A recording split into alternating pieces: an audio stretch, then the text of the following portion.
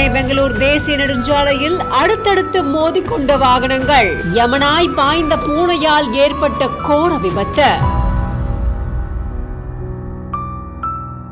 அடுத்தடுத்து வாகனங்கள் மோதிக்கொண்டதில் 18 பேர் படுகாயம். வேலூர் புது பேருந்து நிலையத்தில் இருந்து பேரணாம்பட்டு போற அரசு பேருந்து பயணிகளோட நள்ளிரவு கொணவட்டம் சென்னை பெங்களூர் தேசிய நெடுஞ்சாலையில அரசு போக்குவரத்து பணிமனை பக்கத்துல போய்கிட்டு இருக்கும் போது முன்னால போய்கிட்டு இருந்த BMW கார் குறுக்க பூனை வந்ததுனால அது மேல ஏத்தாம இருக்கிறதுக்காக காரோட ஓட்டுநர் காரை பக்கவாட்டுல திருப்பி இருக்காரு. இதனால பின்னால வந்த கண்டெய்னர் லாரி கார் மேல மோதி இருக்கு. இதுக்கப்புறமா லாரிக்கு பின்னால வந்த அரசு பேருந்து கண்டெய்னர் லாரி மேல மோதி இருக்கு. இதுல அரசு பேருந்தோட முன்பக்கம் முழுமையா நொறுங்கி சேதமாகி இருக்கு. அடுத்தடுத்து 3 வாகனங்களும் மோதிக்கிட்டதுல அரசு பேருந்து ஓட்டுநர், நடத்துனர், பயணிகள், லாரி ஓட்டுநர் மற்றும் கார்ல பயணம் செஞ்சவங்க அப்படின்னு கிட்டத்தட்ட 18 பேர் படுகாயம் அடைஞ்சிருக்காங்க. விபத்தை பார்த்து அதிர்ச்சி அடைஞ்ச சக வாகன ஓட்டிகள் மற்றும் பொதுமக்கள் விரைந்து செயல்பட்டு படுகாயம் அடைஞ்சவங்களை மீட்டிருக்காங்க. இதுக்கப்புறமா தகவல் அறிஞ்சு சம்பவ இடத்துக்கு வந்த வேலூர் வடக்கு காவல்துறையினர் படுகாயம் அடைஞ்சவங்களை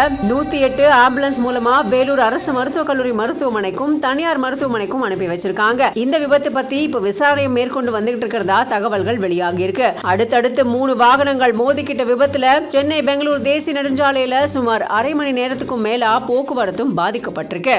இந்த சம்பவத்தால அங்க கொஞ்ச நேரம் பரபரப்பான சூழல் காணப்பட்டிருக்கு.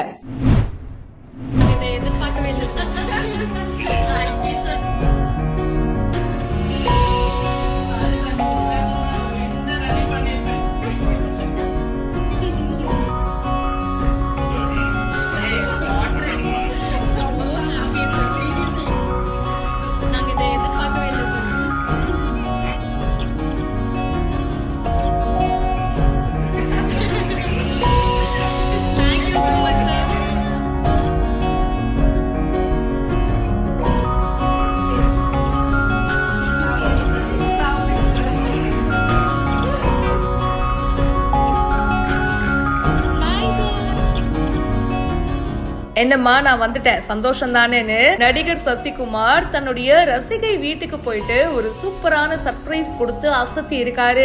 யாரா இருக்கும்னு கதவு திறந்து பார்த்தா நடிகர் சசிகுமார். சார் என்ன சார் நீங்க வந்து நிக்கிறீங்கன்னு ஒட்டுமொத்த குடும்பமும் செம்ம ஷாக் ஆயிட்டாங்க.